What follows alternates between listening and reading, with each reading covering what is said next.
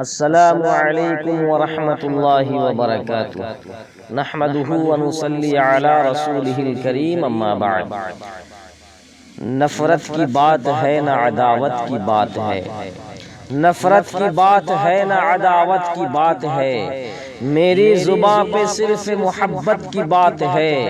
اس دور انتشار میں آپس کی دشمنی، اس دور انتشار میں آپس کی دشمنی، سوچو جو غور سے تو قیامت کی بات ہے، سوچو جو غور سے تو قیامت کی بات ہے۔ دیوار نفرتوں کی گراؤ تو بات ہے، دیوار نفرتوں کی گراؤ تو بات ہے، انسان کا شعور جگاؤ تو بات ہے۔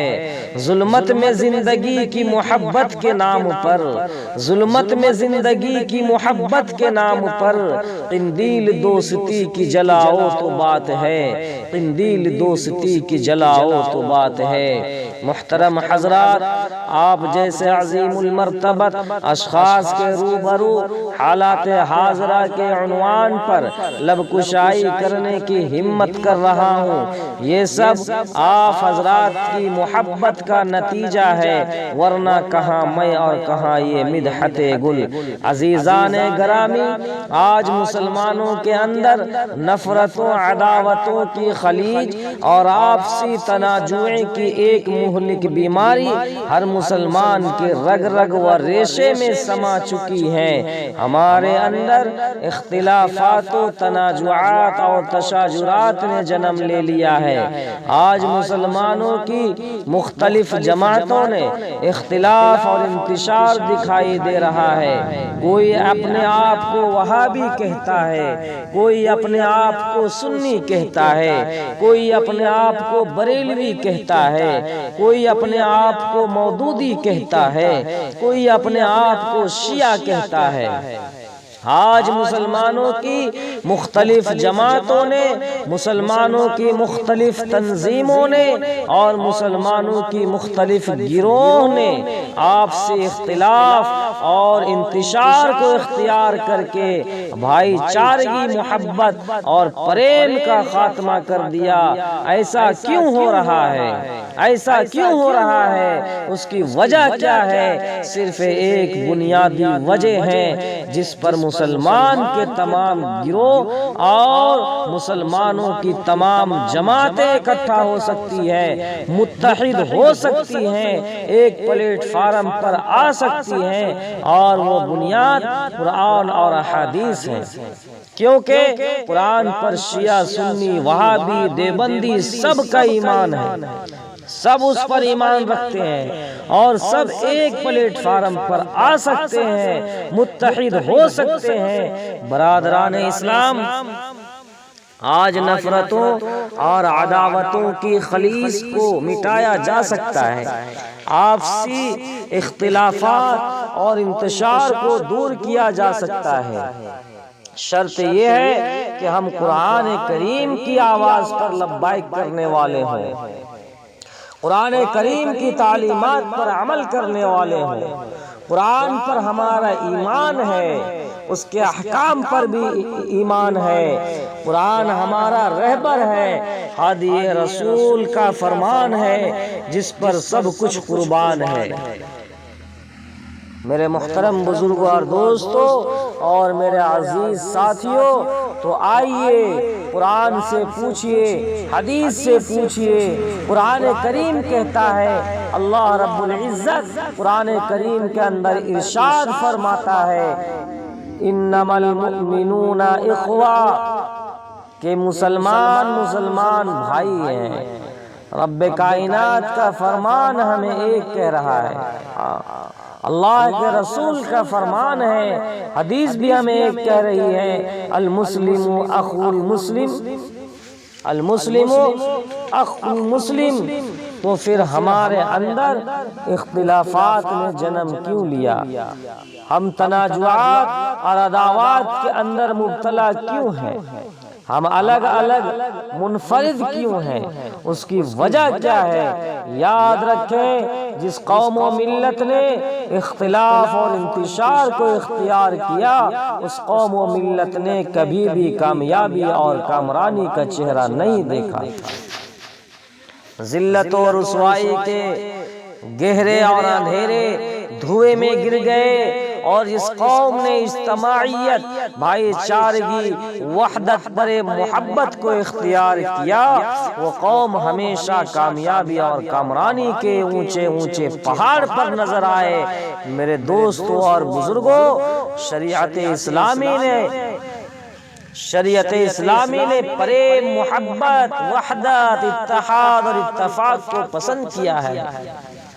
اللہ کے رسول نے اتحاد کو پسند کیا ہے، محبت کو پسند کیا ہے، اور شریعت اسلامیہ نے بھی محبت اور پریم اور بھائی چارگی کو پسند کیا ہے۔ ملت اسلامیہ کے غیور نوجوانوں، یا آپسی مناظرہ بازی یا آپسی تفرقہ بازی، اس کو کب ختم کرو گے؟ یہی وجہ ہے کہ سینکڑوں غیر مسلم مسلمان ہونے سے رک گئے۔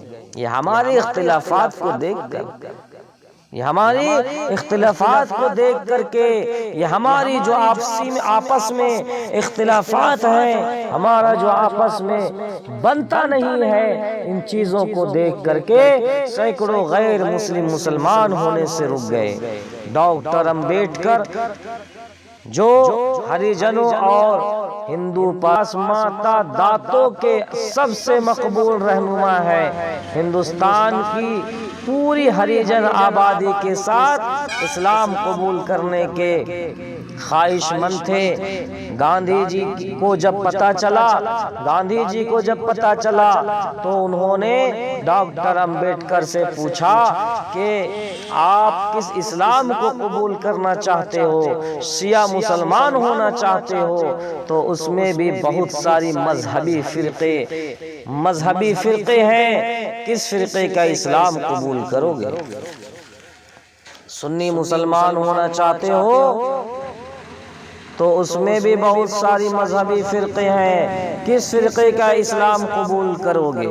کوئی وہابی ہے، کوئی دیوبندی ہے، کوئی بریلوی ہے، اور ان میں آپس میں ایسی نفرت ہے کہ ایک دوسرے کو داخل اسلام نہیں مانتے، ایک دوسرے سے سلام کرنا تک کا گوارا نہیں کرتے، ایک دوسرے کی طرف دیکھنا گوارا نہیں کرتے، ایک دوسرے کے یہاں آنا جانا پسند نہیں کرتے، اتنی نفرت ہے۔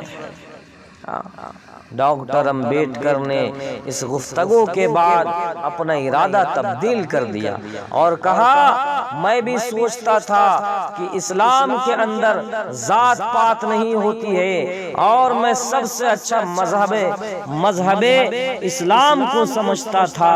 میرے نوجوان ساتھیوں اور میرے عزیز دوستوں، یوں عبرت کی داستان ہے جس کی سیاہی ابھی تک تاریخ کے صفحات میں خشک نہیں ہوئی۔